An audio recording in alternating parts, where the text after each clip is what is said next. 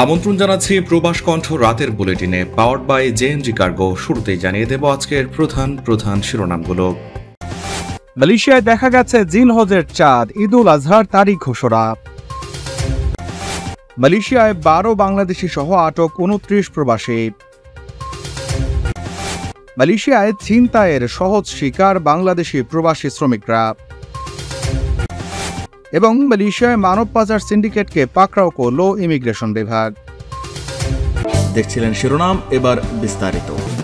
Malaysia থেকে দেশে মালামাল পাঠানোর পাশে আছে প্রবাসীদের বিশ্বস্ত জেএমজি কার্গো অ্যান্ড লজিস্টিক্স। প্রতি শুক্রবার শিপমেন্টে মালামাল যাচ্ছে বাংলাদেশের 64 জেলায়, প্রতি কেজি মাত্র 26 রিঙ্গিত করে। মালয়েশিয়ার যে কোনো প্রান্ত থেকে মালামাল পাঠাতে যোগাযোগ করুন 95 জালান্তুন এইচএসলি সিটি সেন্টার, কোতারায়া ব্যাংকক ব্যাংকের পাশে, অথবা ফোন করুন স্ক্রিনে দেওয়া নম্বরে। মালয়েশিয়ার মুসলিমরা আগামী 17 জুন পবিত্র ঈদ উল আজহা উদযাপন করবে। শাসক সম্মেলনের সহকারী সেক্রেটারি দাতুক মোহাম্মদ আসার আল জোসমান আজ এই তথ্য জানিয়েছেন। আজ রাতের রেডিও টেলিভিশন মালয়েশিয়ায় সম্প্রচারিত এক ঘোষণায় তিনি ঘোষণা করেছেন, আগামীকাল পয়লা জিলহজ হতে যাচ্ছে।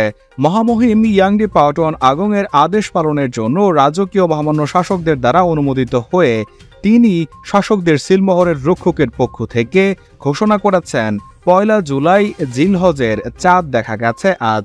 অতএব মালয়েশিয়ার সমস্ত রাজ্যের জন্য পবিত্র হারি রায়া কোরবান আগামী 10 জিলহজ তথা 17 জুন সোমবার অনুষ্ঠিত হবে।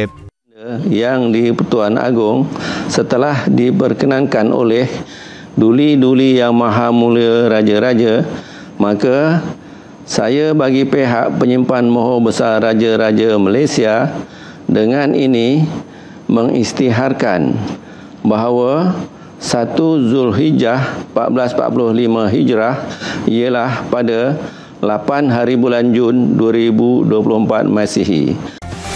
মালয়েশিয়ার পেরাক রাজ্যে 12 বাংলাদেশি সহ 29 অভিবাসীকে আটক করেছে দেশটির ইমিগ্রেশন বিভাগ। আটককৃতদের বয়স 17 থেকে 53 বছরের মধ্যে। অধিকতর তদন্ত ও পরবর্তী পদক্ষেপের জন্য তাদের ইপো ইমিগ্রেশন ডিপোতে রাখা হয়েছে বলে সংশ্লিষ্ট সূত্রে জানা গেছে। বৃহস্পতিবার গোয়েন্দা ও জনসাধারণের তথ্যের ভিত্তিতে পেরাক রাজ্যের ইপো শহরের আশপাশে শেয়ার্ড হাউস এবং গাড়ির ওয়ার্কশপে অভিযান চালিয়ে 29 বিদেশি এবং একজন স্থানীয় নাগরিককে আটক করা হয়েছে। শুক্রবার পেরাক ইমিগ্রেশনের পরিচালক মেয়র হিজবুল্লাহ এক বিবৃতিতে বলেন, গোয়েন্দা তথ্যের ভিত্তিতে 56 জন কর্মকর্তার অংশগ্রহণে বৃহস্পতিবার সকাল 10টা থেকে শুরু হওয়া 16 ঘন্টার অভিযানে 100 জন অভিবাসীর কাগজপত্র পরীক্ষা শেষে 29 জনকে আটক করা হয়েছে। তিনি বলেন, বৈধ পাসের মেয়াদ শেষ হওয়ার পর মালয়েশিয়া অবস্থান এবং 1963 সালের ইমিগ্রেশন রেগুলেশনের 39B এর অধীনে শর্ত লঙ্ঘন করায় বিদেশিদের আটক করা হয়।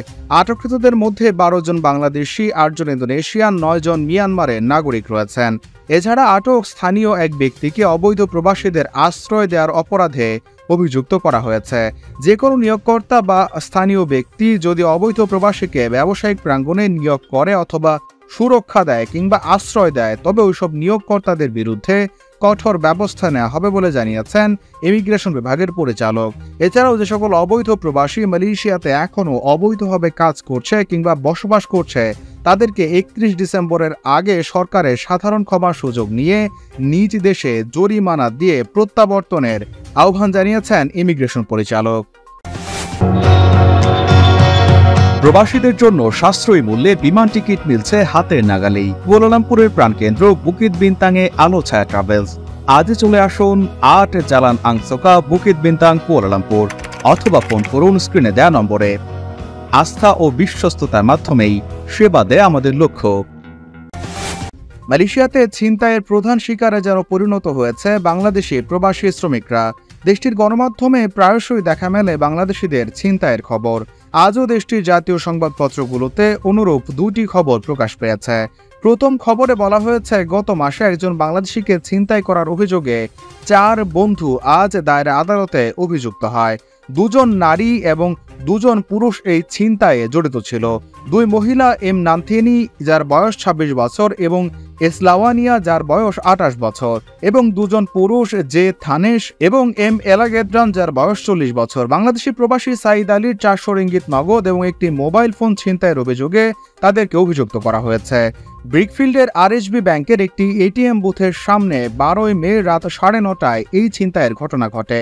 অপর ঘটনায় গেল মে মাসে জালান পান্ডান জায়ের 2 বাংলাদেশিকে ছিনতাইয়ের অভিযোগে বুধবার এক হেইলিং রাইডার বা ডেলিভারি ম্যানকে গ্রেপ্তার করা হয়েছে।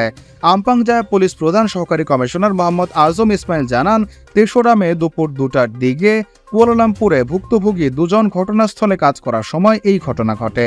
সংশ্লিষ্ট 2 ভুক্তভোগীর কাছে মোটরসাইকেল আরোহী এবং ছুরি দিয়ে সশস্ত্র লোকজন সশস্ত্র অবস্থায় ছিনতাই করে। শুক্রবার এক বিবৃতিতে তিনি বলেন, ভুক্তভোগীদের নগদ 1000 রিঙ্গিত ক্ষতি হয়েছে এবং 2টি মোবাইল ফোন অপরাধীরা ছিনিয়ে নিয়ে গিয়েছে বলে তথ্য পাওয়া যায়। মালয়েশিয়ার ইমিগ্রেশন বিভাগ গতকাল সেলাঙ্গরের সুঙ্গাই বেসার এবং সাবাক বার নামে একটি অভিযানের সময় ইন্দোনেশিয়ানদের অবৈধভাবে পাচারের সঙ্গে জড়িত বলে সন্দেহে একটি সিন্ডিকেট গ্যাং ব্রোগাকে পাকড়াও করেছে। ইমিগ্রেশন বিভাগের মহাপরিচালক দাতুক রাসলিন বিন জোসো আজ এক বিবৃতিতে বলেছেন, পুত্রাজায়াতে ইমিগ্রেশন সদর দফতর থেকে এনফোর্সমেন্ট অফিসারদের একটি দল রাত 8:05 শুরু হওয়া অভিযানের সময় 12 ইন্দোনেশিয়ানকে উদ্ধার করে। জনসাধারণের দেয়া তথ্যের ভিত্তিতে এবং গোয়েন্দা নজরদারিতে অভিযান চালানোর জন্য একটি দল গঠন করা হয় এবং দলটি 3টি সন্দেহজনক গাড়ি, যার মধ্যে একটি প্যারাডোয়া আলজা, একটি পেরোডোয়া বেজা এবং একটি প্রোটন ওয়াজা জব্দ করে। গাড়ির 3 চালকই অবস্থান থেকে দ্রুতগতিতে পালিয়ে যাওয়ার চেষ্টা করে এবং ইমিগ্রেশন পুলিশ তাদেরকে গ্রেপ্তার করতে সমর্থ হয়। প্রাথমিক তদন্তে দেখা গেছে চালকদের মধ্যে একজন ছিল মাস্টারমাইন্ড, যার বয়স 47 বছর এবং 2 জন পরিবহনকারী হিসেবে কাজ করছিল সেখানে। প্রাথমিক তদন্ত এবং জিজ্ঞাসাবাদে প্রাপ্ত তথ্যের পর অফিসারদের সাবাক বার নামের একটি চিহ্নিত ম্যানগ্রোভ বনাঞ্চলে রাখা হয়েছে, যেখানে 8 জন ইন্দোনেশিয়ানকে আটক করতে সক্ষম হয় ইমিগ্রেশন। তিনি বলেন, আটককৃতদের মোট সংখ্যা 15, যাদের কাছে 5টি ইন্দোনেশিয়ান পাসপোর্ট এবং 6200 রিঙ্গিত নগদ এবং 3টি গাড়ি জব্দ করা হয়েছে।